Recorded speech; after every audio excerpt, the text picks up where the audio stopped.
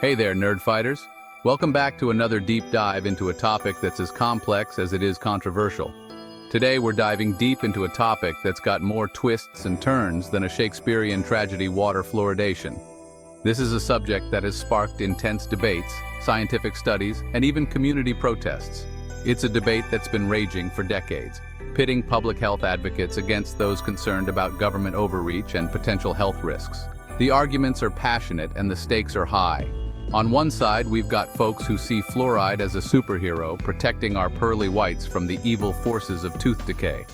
Dentists and public health officials often tout the benefits of fluoride, pointing to decades of research showing its effectiveness in reducing cavities.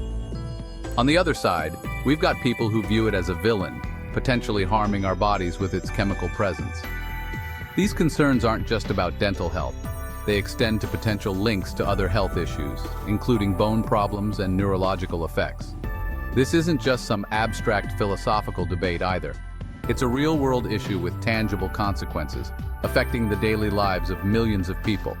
This is real life, with real consequences, playing out in cities and towns across the world. Parents worry about their children's health. Communities argue over the best course of action, and local governments are caught in the middle. And to understand just how high the stakes are, we're going to take a trip to two cities that have become unlikely battlegrounds in the great fluoride fight: Juneau, Alaska, and Calgary, Canada. Juneau, Alaska, and Calgary, Canada. These two cities, though separated by thousands of miles, share a common story of controversy and community action. Both cities made the controversial decision to remove fluoride from their water supplies, and the results have been, well, let's just say they've been mixed. In Juneau, the decision led to a significant increase in dental cavities among children, sparking a renewed debate about the benefits of fluoride. So buckle up, nerd fighters, because we're about to explore the fascinating, frustrating, and sometimes downright confusing world of water fluoridation. We'll look at the science, the politics, and the personal stories that make this issue so compelling. Whether you're a fluoride fan or a skeptic, there's something here for everyone. Let's get started. Nestled amidst the icy landscapes of Alaska, Juneau might seem like an unlikely place for a heated debate about public health. But in 2007, this city of 30,000 made headlines when it decided to remove fluoride from its water supply. The decision came after years of passionate campaigning from anti-fluoridation groups, who argued that adding fluoride to water was a form of mass medication, violating individual rights and potentially harming our health. They pointed to studies suggesting links between fluoride and a range of health problems, from bone cancer to thyroid issues, stoking fears among residents. Despite reassurances from public health officials and organizations like the American Dental Association, who maintained that water fluoridation was safe and effective, the anti-fluoridation side ultimately prevailed. Juneau's decision to go fluoride-free was a victory for those who saw it as a triumph of individual choice over government intervention. But as we'll soon see, the real consequences of this decision were far more complex than anyone could have imagined. To understand the full impact of Juneau's decision, we need to delve deeper into the history and context of water fluoridation. Introduced in the mid-20th century, water fluoridation was hailed as one of the greatest public health achievements of the century. It was credited with significantly reducing the prevalence of dental cavities, especially in children. The practice began in the 1940s, when scientists discovered that communities with naturally fluoridated water had lower rates of tooth decay. This led to the intentional addition of fluoride to public water supplies, a move that was quickly adopted by many cities across the United States and around the world. Proponents of fluoridation argued that it was a cost-effective way to improve dental health on a large scale, benefiting everyone regardless of age, income, or access to dental care. Public health campaigns promoted the benefits of fluoride, and for decades it was widely accepted as a safe and effective measure. However, not everyone was convinced. From the beginning, there were vocal opponents who raised concerns about the potential risks of fluoride. They questioned the ethics of mass medication and pointed to studies that suggested possible health hazards. Over the years, these concerns gained traction, leading to heated debates and, in some cases, the removal of fluoride from water supplies. In Juneau, the debate reached a boiling point in the early 2000s. Anti-fluoridation activists organized rallies, distributed pamphlets, and spoke at city council meetings. They were determined to make their voices heard and to protect their community from what they saw as an unnecessary and potentially harmful practice. Their efforts culminated in the 2007 vote to remove fluoride from Juneau's water supply. It was a contentious decision, with strong opinions on both sides. Supporters of fluoridation warned of the potential rise in dental problems, while opponents celebrated what they saw as a victory for personal freedom and health. As we continue to explore this story, we'll examine the aftermath of Juneau's decision. How did it affect the community's dental health? What lessons can be learned from this experience?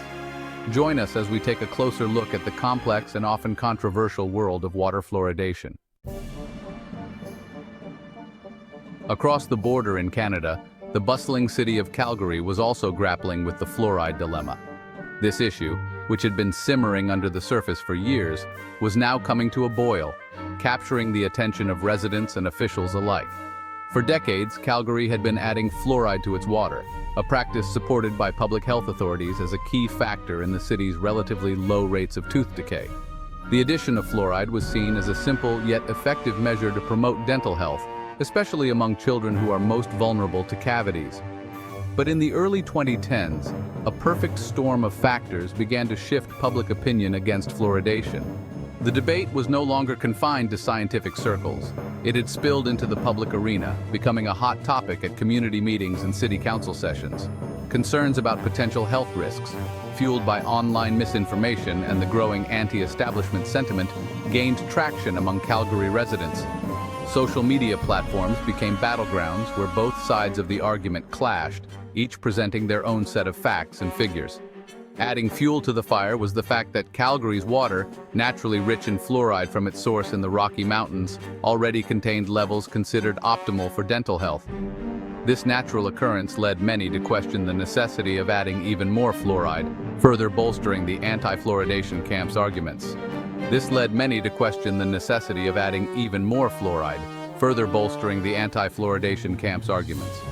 The community was divided, with passionate voices on both sides. Some residents felt that the additional fluoride was an unnecessary intervention, while others believed it was a crucial public health measure.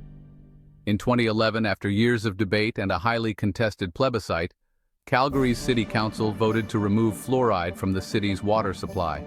The decision was a culmination of years of public discourse, scientific presentations, and emotional testimonies from residents.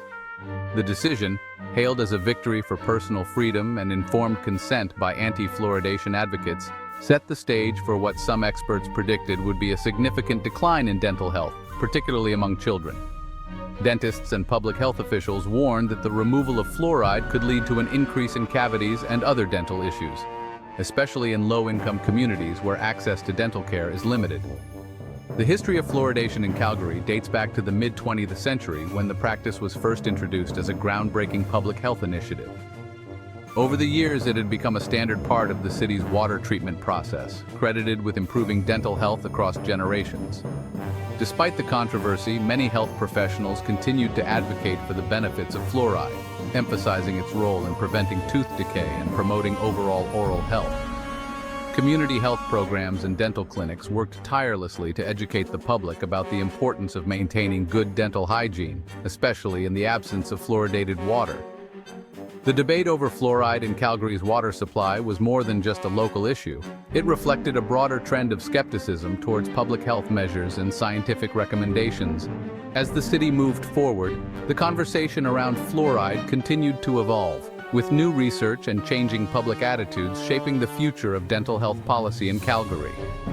As Calgary navigated the complexities of public health and community well-being, the story of its fluoride debate served as a reminder of the challenges and responsibilities that come with making decisions that impact the lives of thousands.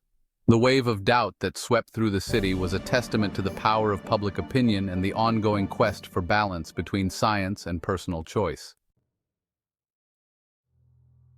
Section 4. Cavities on the rise. The price of fluoride-free water. In the years following the removal of fluoride from their water supplies, both Juneau and Calgary witnessed a troubling trend, a marked increase in tooth decay among children. Studies conducted in Juneau revealed a significant jump in the number of cavities among children, particularly those from low-income families. The findings were a stark reminder of the crucial role fluoride plays in preventing tooth decay. especially for vulnerable populations with limited access to dental care. Calgary, too, experienced a similar surge in cavities among children, challenging the notion that the city's naturally occurring fluoride levels were sufficient to protect dental health. These findings sent shockwaves through the public health community, raising concerns that the decision to remove fluoride was having unintended and potentially harmful consequences for the most vulnerable members of these communities. Section 5. Beyond the tooth, the domino effect of dental neglect. While the link between fluoride removal and increased cavities was undeniable, the consequences of neglecting dental health extended far beyond just a few more fillings. Poor dental hygiene has been linked to a range of serious health problems, including heart disease, stroke, diabetes, and even pregnancy complications. The bacteria that cause gum disease, for instance, can enter the bloodstream and travel to other parts of the body, increasing the risk of inflammation and infection. For children, untreated cavities can lead to pain, infections, and difficulty eating and speaking, impacting their overall well-being and development. The rise in tooth decay in Juneau and Calgary served as a stark reminder that dental health is integral to overall health, and that neglecting our teeth can have far-reaching consequences.